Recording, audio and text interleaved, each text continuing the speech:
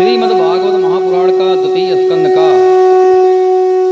अष्टाष्टमो अठवा अध्याय अष्टाष्टमो अध्याय सबसे ज्यादा महत्वपूर्ण है। साधारण मनुष्य के मन में बुद्धि में जितने प्रकार के प्रश्न आते हैं भगवान को लेकर के, आध्यात्म को लेकर के, यह सारा प्रश्न महाराज परीक्षित ने भगवान सुखदेव जी से पूछ लिया है।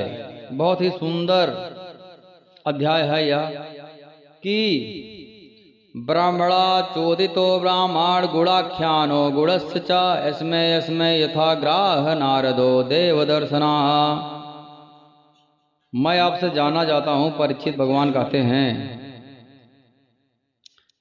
कि जब ब्रह्मा जी ने निर्गुण भगवान के गुणों का वर्णन करने के लिए नारद जी को उपदेश दिया था, तब उन्होंने किन किन और किस रूप में उपदेश दिया था, अर्थात भगवान निर्गुण के क्या क्या गुण है और क्या क्या रूप है, आप बतलाइए। उसके बाद में भगवान किन किन भक्तों के ऊपर कृपा करते हैं और भगवान कहाँ पर वास करते हैं, किस प्रकार के भक्त भगवान को ज्यादा प्रिय होते हैं, यह प्रश्न पूछा महाराज परीक्षित जी ने।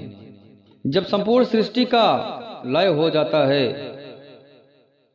तो भगवान माया के स्वामी परम पुरुष परमात्मा अपनी भी माया का त्याग करके, सृष्टि का जब लय होता है अर्थात माया का भी लय हो गया, जितने भी माया जनित संसार है सबका लय हो जाता है, तो माया का त्याग करके भगवान नारायण किस रूप में और कहां पर जा करके शयन करते हैं।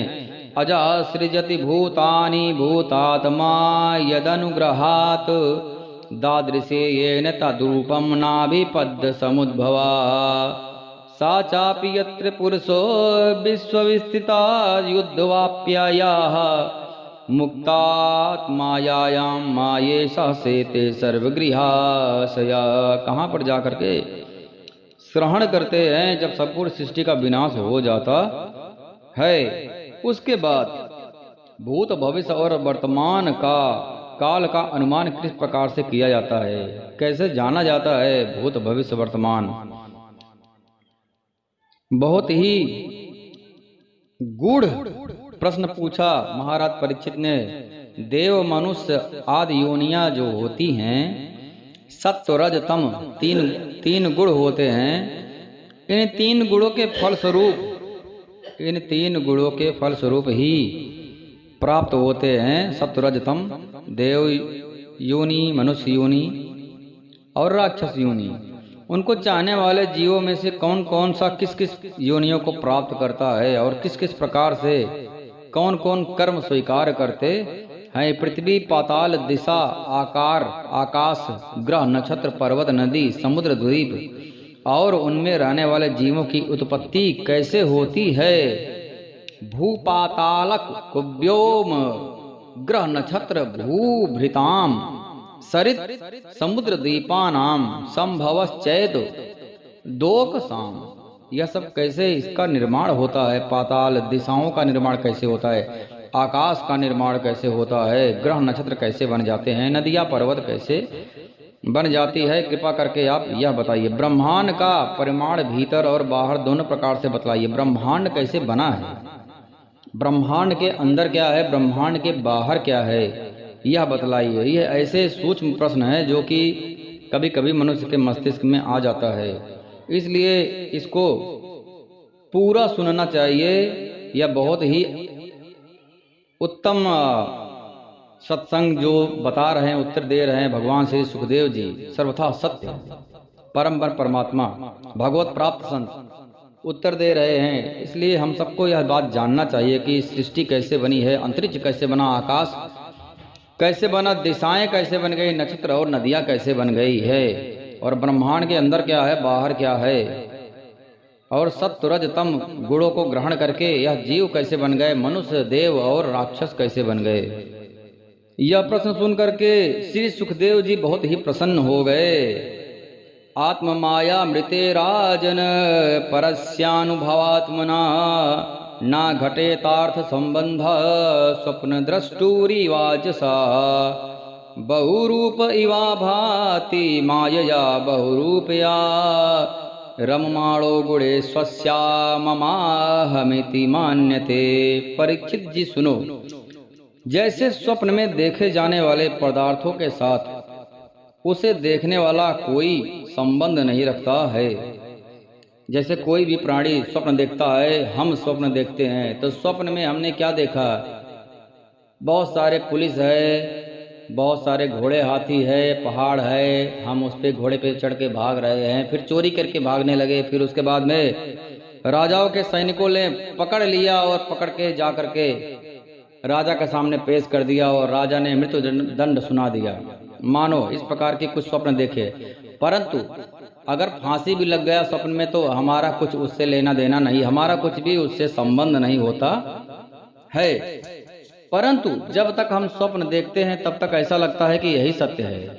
स्वप्न देखने वाला कभी ये नहीं सोच पाता कि अरे छोड़ो जाने दो, या तो स्वप्न है मैं देख रहा हूँ, उसको लगता है यह सत्य है। स्वप्न की दुनिया उसको सत्य प्रतीत होता है और जितना भी उसके साथ कष्ट होता है, सुख भोगता है, वह सब सत्य सा ही प्रतीत होता है। परंतु जब जाग जाता है तो सब उसको मिथ्या लगता है, उसका उस माया की दुनिया से कोई भी संबंध नहीं होता है। नारायण नारायण श्रीमन्नारायण नारायण नारायण, सुनहु मैं अनुभव अपना, सत हरि भजन जगत सब सपना। सत्य क्या है? जैसे यह स्वप्न हम लोगों ने देखा, परंतु उसका हमसे लेना देना नहीं है। महादेव जी माता आदिशक्ति को कह रहे हैं कि मेरा अनुभव यही है कि एकमात्र सत्य है भगवान श्री सत्यनारायण। सत्य हरि भजन, भगवान का भजन करना, पूजन करना, अर्चन करना, उनका नाम संकीर्तन करना। श्री सत्यनारायण स्वामी भगवान श्री रामचंद्र जी ही सत्य हैं और इसके अलावा कोई सत्य है ही नहीं, सब मिथ्या है। अर्थात सब असत्य उसी प्रकार से जिस प्रकार हम स्वप्न में हैं, यदि कोई जगा दे, हम जाग जाएं तो पता लगेगा अरे यह तो सब मिथ्या था, यह तो कुछ था ही नहीं, ना मुझे राजा के सैनिकों ने पकड़ा यार, ना मुझे मृत्युदंड दिया, मैं तो सबसे अलग हूँ, बच गया मैं। उसी प्रकार से यह माया रूपी संसार चल रहा है। यहाँ पर सुखदेव जी बहुत ही सुंदर बता रहे हैं कि जैसे स्वप्न में देखे जाने वाले पदार्थों के साथ उसे देखने वाला कोई भी संबंध नहीं रखता है, वैसे ही देहादि से अतीत अनुभव स्वरूप माया का माया के बिना दृश्य पदार्थों के साथ कोई भी संबंध नहीं होता है। यह सब माया बोलते हैं ना, माया, यह पूरी दुनिया माया है, शरीर माया है। माँ अर्थात नहीं, या मतलब जो नहीं है वह माया है, अर्थात है नहीं परंतु दिखता है, सत्य से भी ज्यादा सत्य प्रतीत होता है परंतु है नहीं। इसीलिए तो लोग मर जाते हैं तो लोग जलाने के बाद फिर दूसरे काम काज में व्यस्त हो जाते हैं, क्योंकि वो था ही नहीं, जला के खत्म, कोई सोचता नहीं कुछ। विविध रूप वाली माया के कारण वह विविध रूप वाला प्रतीत होता है। जैसे माया अपना माया फैलाती है, आकाश बना दिया, पाताल बना दिया, शरीर बना दिया, अनेक प्रकार के पुष्प बना दिए, घर बना दिए, कार बना दिया, अनेक अनेक रंग वाले विविध प्रकार का माया सृष्टि संचार कर दिया। तो उससे यह प्राणी इतना लिप्त हो जाता है कि अपने आप को वही समझने लगता है। जैसे माया का एक बस बन गया है, बस का ड्राइवर उतना लिप्त हो जाता है कि उसको यदि बोलो बस वाले तो वह सोचता है मुझे बुला रहे हैं। उसी प्रकार से हम अपने शरीर से लिप्त हो जाते हैं, फिर हम अपने आप को भूल करके शरीर को ही हम समझने लगते हैं। यही सबसे बड़ा भूल हो जाता है। ब्रह्मा जी जब प्रकट हुए थे तो ब्रह्मा जी को पता ही नहीं था मैं कौन हूं, कहां से आया हूं। ब्रह्मा जी आत्मतत्व विशुद्धर्थ यथा भगवान ऋतम ब्रह्मणे दर्शयन रूपम बैलिक व्रतादुता। ब्रह्मा जी तपस्या करने लगे और ब्रह्मा जी की तपस्या से प्रसन्न होकर के भगवान ने उन्हें अपने रूप का दर्शन कराया। मैं अपना रूप दिखाया, मैं ये हूं, मेरा यह रूप है। और आत्म तत्व के ज्ञान के लिए उन्हें परम सत्य परमार्थ वस्तु का उपदेश दिया है। तेने ब्रह्म हृदय आदि कवये मुह्यन्त सूर्य तेजो वामृथाम यथा विनिमयो यत्तत् सर्गो मसा धामना स्वेन सदा निरस्तकोकम सत्यम परम धीमहि। भगवान श्री सत्यनारायण ही सत्य हैं और स्वराट हैं, खुद के प्रकाश से प्रकाशित होते हैं, उनको प्रकाशित करने वाला कोई नहीं है, अर्थात स्वयंभू है। और ब्रह्मा जी को ज्ञान प्रदान किए कि मैं ये हूं, मेरा यह शरीर है, अब सृष्टि का निर्माण कीजिए। और सृष्टि की उत्पत्ति कैसे होती है इसका भी ज्ञान भगवान ने ब्रह्मा जी के हृदय में कराया। जब ब्रह्मा जी को ज्ञान प्राप्त हुआ उसके बाद ब्रह्मा ने सृष्टि का संचालन प्रारंभ किया।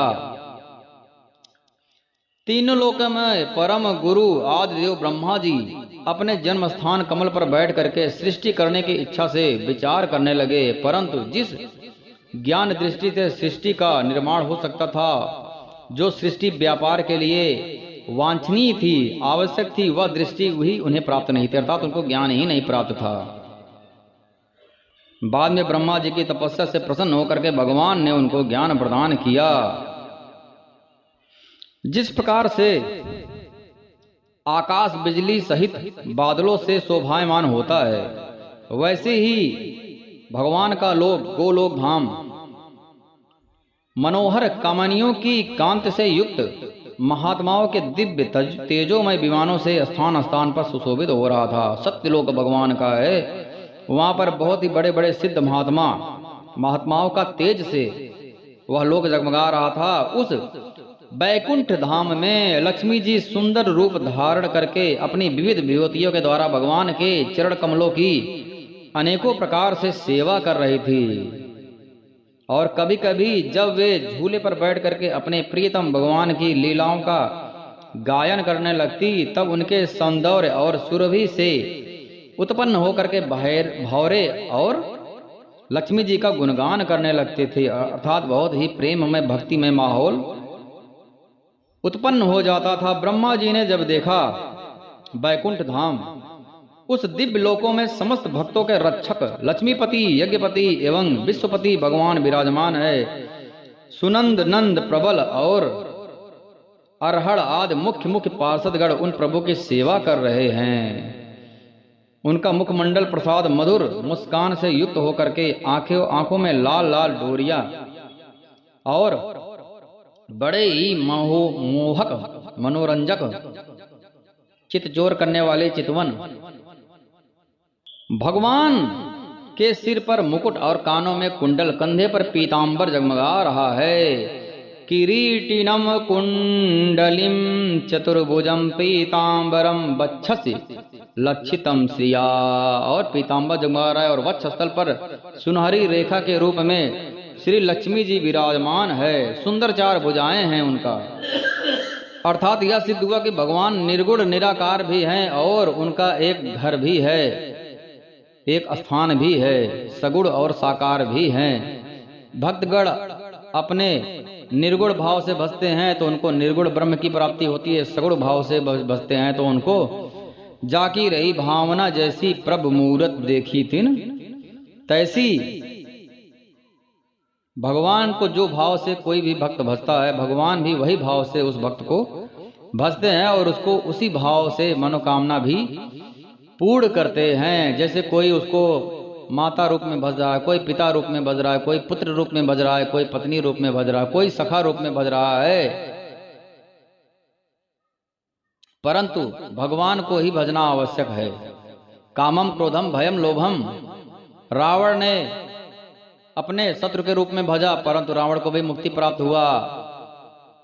और शिशुपाल दंतवत 100 गालियां रोज देते थे, उनको क्रोधित होते थे भगवान के ऊपर, उनको भी मुक्ति प्राप्त हुआ। और जो भगवान को अपने भक्त के रूप में बसते अक्रूर जी उनको भगवान मानते थे, उनको भी मुक्ति प्रदान किए। जो भी प्राणी जिस भाव में बसता है, लेकिन भगवान को कोई भी प्राणी अपने मन से भजता रहे। भगवान के मन मंदिर में भगवान का स्थान होना चाहिए।